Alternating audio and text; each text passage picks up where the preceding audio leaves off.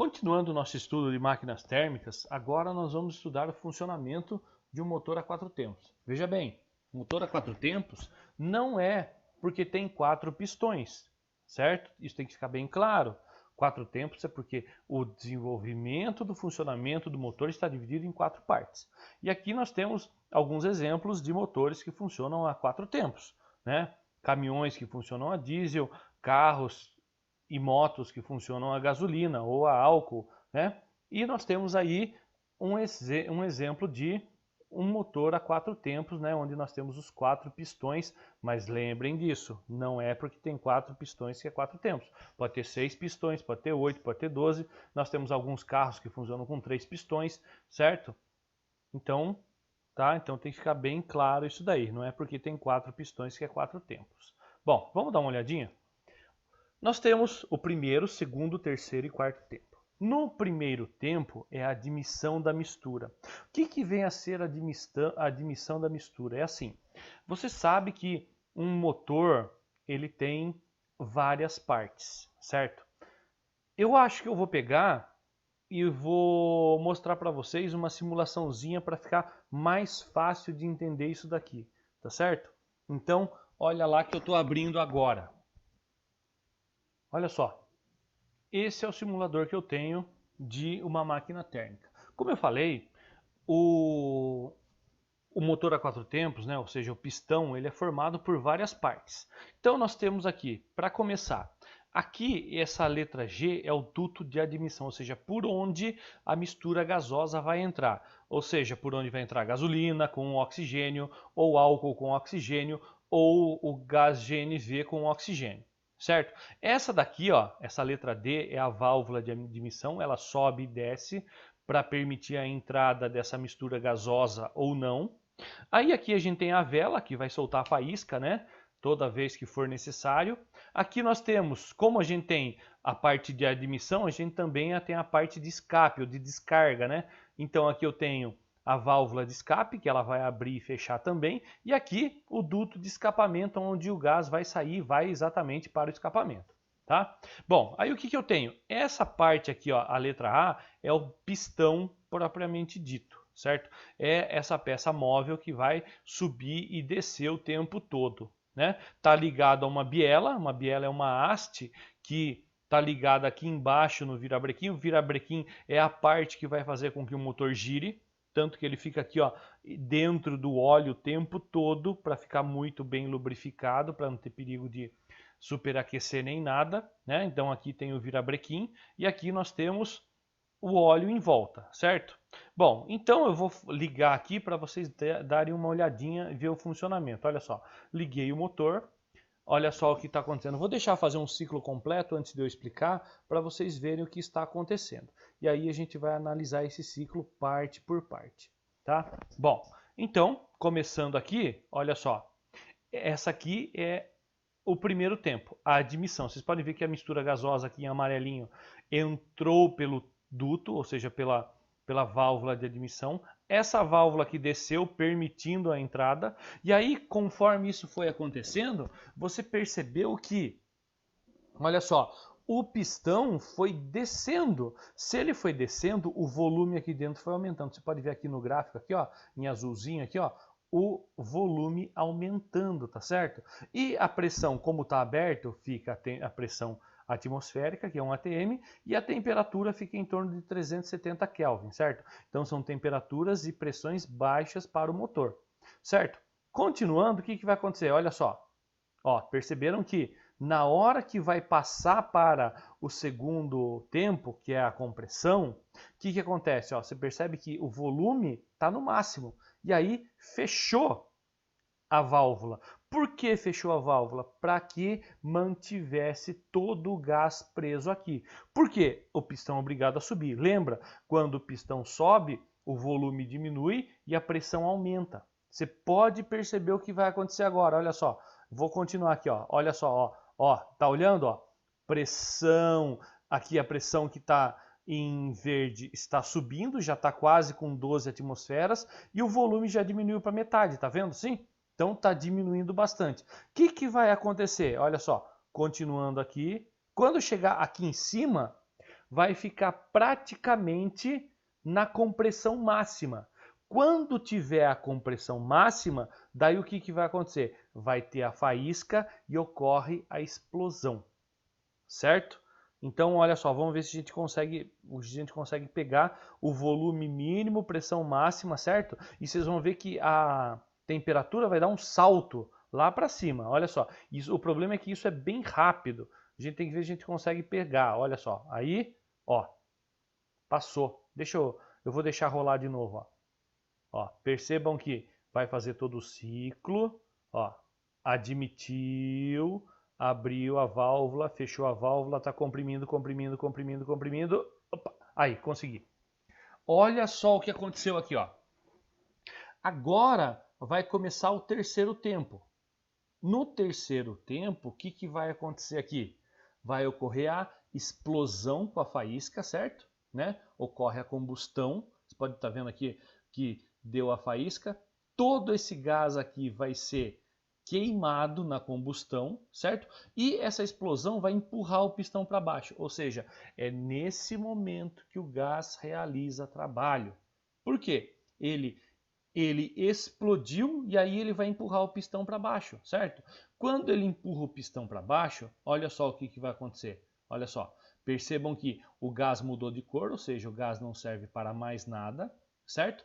O volume vai aumentar e a pressão vai diminuir. Consequentemente, vai diminuir a temperatura também, né, gente? Porque, assim, depois daquela explosão em que a temperatura subiu demais, ela vai começar a diminuir. Olha só, você pode perceber, ó. Ó, perceberam aqui, ó, pressão foi para 1 atmosfera e a temperatura baixou também. E o volume foi para o máximo. Aí o que aconteceu? Foi para o quarto tempo. O que é o quarto tempo? É o escape, é a descarga, é onde você vai pegar esse gás que não serve para mais nada e vai jogar fora do pistão. Então o que acontece? Abre a válvula e o gás é empurrado para fora, olha só. E tudo pronto para começar de novo, ó. Entrou o gás, fechou a válvula, vai explodir, explodiu, empurra o pistão para baixo, aí o gás não serve para mais nada, o gás é jogado para fora, entra combustível, vai explodir de novo. Então é desse jeito que funciona o motor a 4 tempos. Ficou melhor assim? Ficou mais claro para ver? Então agora a gente vai voltar lá na apresentação, tá certo? Então vou dar uma pausa aqui, certo? Entenderam como é que funciona? Ótimo, vamos lá para a apresentação então. Voltando aqui, a gente percebe que o sistema está separado em 4 tempos, mas foi exatamente do jeito que eu expliquei. Olha lá, vamos de novo. Aqui, entrou aqui na admissão, a válvula baixou, todo o gás vem para cá. Nesse caso, o que acontece? O volume vai aumentar, olha aqui no gráfico, ó, volume aumentando, mas a pressão fica constante. Por que a pressão fica constante? Porque está aberta a válvula, né, gente? Então, pressão interna igual a pressão externa. Então, pressão constante e o volume aumentou. Pressão constante isobárica, lembram disso, né? Aí, o que aconteceu? Fecha a válvula e aí começa a compressão. Perceba que começou a compressão, o que vai acontecer? Volume vai diminuir, pressão vai aumentar numa compressão adiabática. Por quê? Porque isso é tão rápido que não tem tempo de trocar calor com o meio ambiente. Caso vocês não lembrem, a velocidade de um pistão é gigantesca, não é mesmo? Então isso é tão rápido que não há troca de calor com o meio ambiente. Então por isso que é adiabática, tem essa curvinha aqui. Tá certo? Bom, comprimiu, o que aconteceu? Vai dar a faísca, certo? Então a gente vai para o terceiro tempo, que é a explosão da mistura. Nessa partezinha aqui de C para D é onde ocorre a explosão. Então é nessa parte aqui que realiza trabalho. Lembrem-se que o trabalho realizado por um gás, ele vai fazer o quê? O gás vai fornecer energia para o meio, no caso, vai fornecer energia para o motor. E aí essa explosão vai fazer com que o pistão baixe, e aí você tem o quê? O pistão aumentando o volume e tendo uma diminuição de pressão, certo? Então aqui eu tenho o quê? Uma expansão adiabática também, certo? Então você pode perceber que a explosão é dividida em duas partes. Aqui aonde o volume permanece constante, certo? Então é uma transformação isovolumétrica, e aqui onde ocorre aumento de volume, diminuição de pressão, ou seja, adiabática, certo? Aí o que aconteceu? Gás não serve para mais nada, vou jogar ele fora. Então abre-se a válvula do escape e o gás sai. Também aqui em duas partes. Percebam que na primeira parte você vai ter o quê? Você vai ter uma diminuição no volume, na pressão, certo? Por que você vai ter uma diminuição na pressão? Porque você precisa fazer com que a pressão fique ambiente para poder abrir a válvula, não é isso? Abriu a válvula, ficou com a pressão igual à temperatura, à pressão externa, e aí os gases podem sair. Por quê? Se a pressão for diferente, você não consegue fazer o trabalho, não é mesmo? Então aí o que aconteceu? A pressão igualou e aí o pistão começa a fechar. O que aconteceu? Jogou fora tudo o gás que não prestou e volta de novo para o ar e o ciclo começa tudo de novo, tá certo? Olha lá o ciclo completo, nele a gente pode ver todos os estágios que aconteceram, né?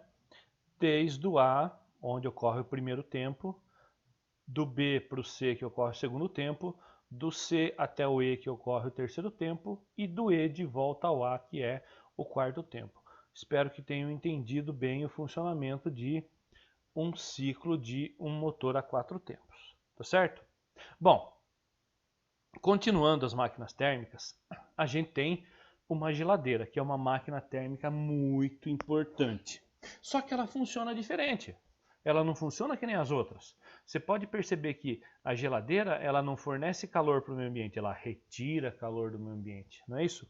Por que que ela funciona diferente que as outras? Bom, também é uma máquina térmica, só que o ciclo térmico dela é diferente. Mas a gente vai ver isso daqui a pouquinho. Vamos ver como é que funciona uma geladeira? Olha só, nós temos o compressor. O compressor, ele que vai fornecer a energia para que tudo aconteça. Ou seja, nesse caso, o meu trabalho vai ser negativo, certo? Por quê? Porque está comprimindo, gente, certo? Você pode ver, o volume está diminuindo e a pressão está aumentando. Então, neste caso, o trabalho é negativo, certo? Então tem que tomar muito cuidado. Ó. Lembrem-se, na máquina a vapor, o trabalho era realizado pela turbina na segunda etapa. No motor a 4 tempos, o trabalho era realizado aonde? Na explosão, no terceiro tempo. E agora na geladeira, o compressor é que vai, né, fazer com que o gás receba energia do meio ambiente, ou seja, o trabalho agora vai ser negativo, certo? Tá? Bom, então o que o compressor faz? Comprime. Se ele comprime, o que vai acontecer? A pressão vai aumentar e o volume vai diminuir. Isso aqui vai acontecer muito rápido, sim ou não? Então é uma transformação adiabática, certo? Tá?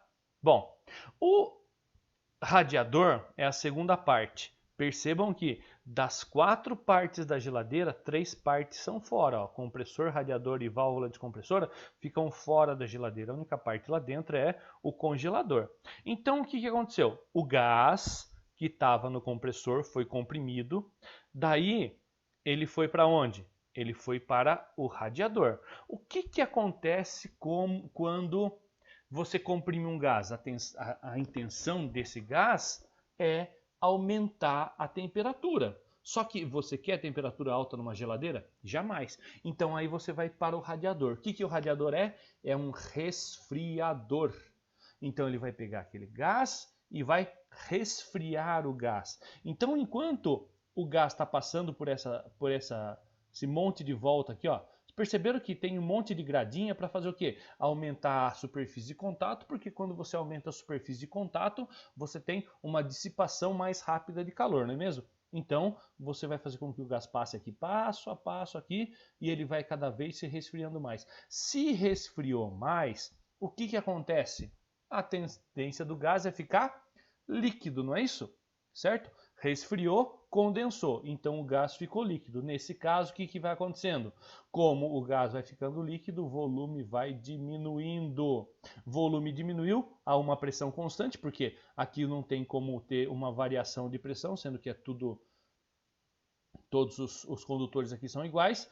Pressão manteve-se constante, volume diminuiu, transformação isobárica. Muito bem. Então o que acontece?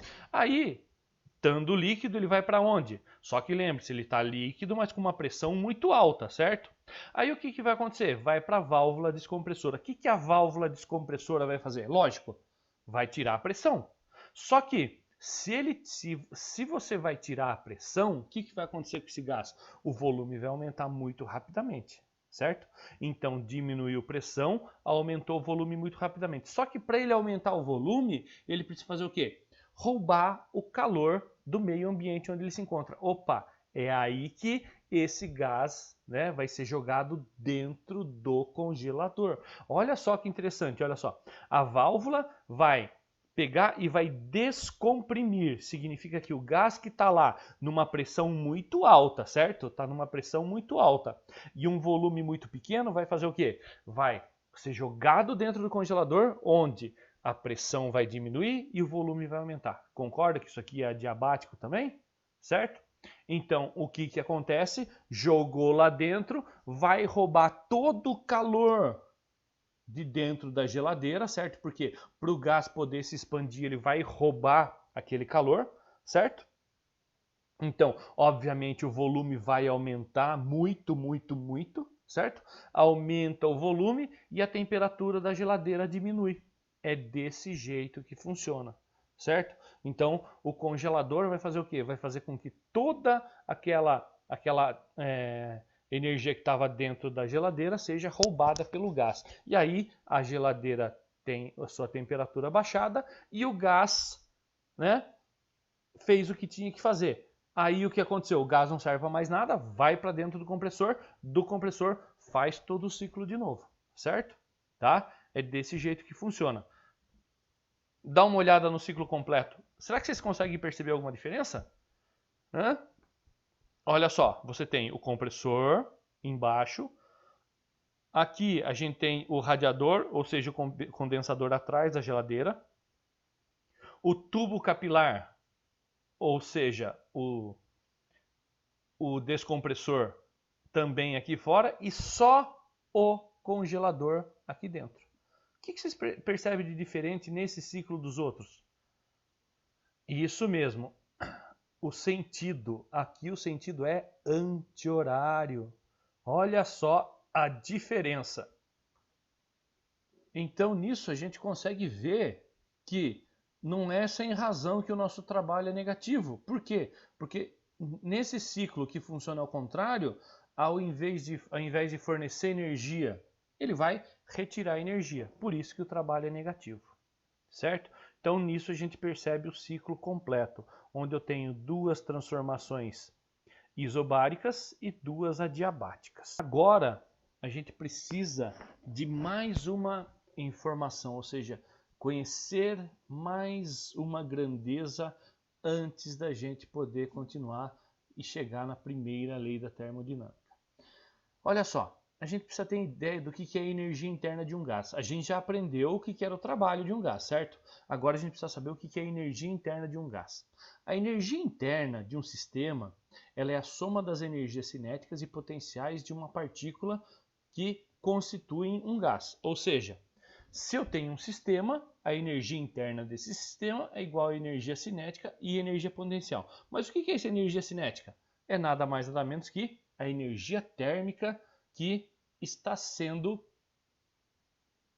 passada pela energia cinética, ou seja, a energia cinética sendo transformada em energia térmica, certo? Agora, se eu quero saber a energia interna não de um sistema e de um gás apenas, eu só vou me importar com a energia cinética. E a energia cinética, como eu já falei, é a energia térmica. Então, como que a gente pode definir energia interna de um gás?